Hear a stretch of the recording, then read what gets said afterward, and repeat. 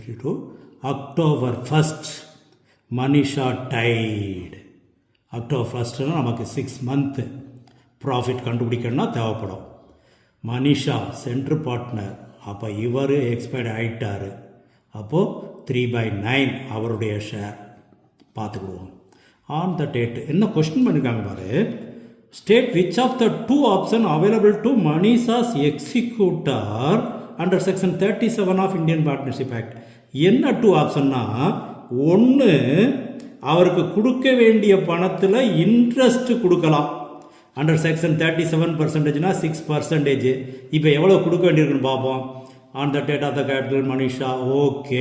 எவ்வளோ கேபிட்டல்? அவருடைய capital 2 lakh. அப்போ 2 lakhக்கு 1 இயருக்குன்னு சொன்னால் 6% இன்ட்ரெஸ்ட் போட்டலாம். இப்போ பாரு, Aparna Sonia continue to carry on the business 31st March 2025. அடுத்த 6 மாதத்துக்கு அவங்க பிஸ்னஸ் பண்ணியிருக்காங்க. அப்போது without settling the amount to Manisha during the period of 6 month. அப்போ இந்த 6 monthக்கு 1 இன்ட்ரெஸ்ட் அவர் கேட்கலாம். எவ்வளவுக்கு? 2 lakhக்கு இன்ட்ரெஸ்ட்டு 6%. 6 மாதம் தொழில் பண்ணியிருக்காங்க. அப்போது 6000 ரூபா இன்ட்ரெஸ்ட்டு வாங்கலாம். இல்லைன்னா இந்த 6 மாதம் தொழில் பண்ணியிருக்காங்கல்ல, அதில் ப்ராஃபிட் எவ்வளோ வந்திருக்கோ அதுலேருந்து கணக்கு போட்டுக்கலாம். என்ன ப்ராஃபிட் பாரு. During the period of that 6 month ending 31st March 2025 a profit of 90,000. தெளிவாக சொல்லியிருக்காங்க. 6 monthக்கு அவங்க ஏர்ன் பண்ண ப்ராஃபிட்டு 90,000. அப்போ இதில் அவருடைய ஷேர் 3/10. ஆனால் இப்போ அதை கணக்கு கிடையாது, அது மனிஷாவோட போச்சு.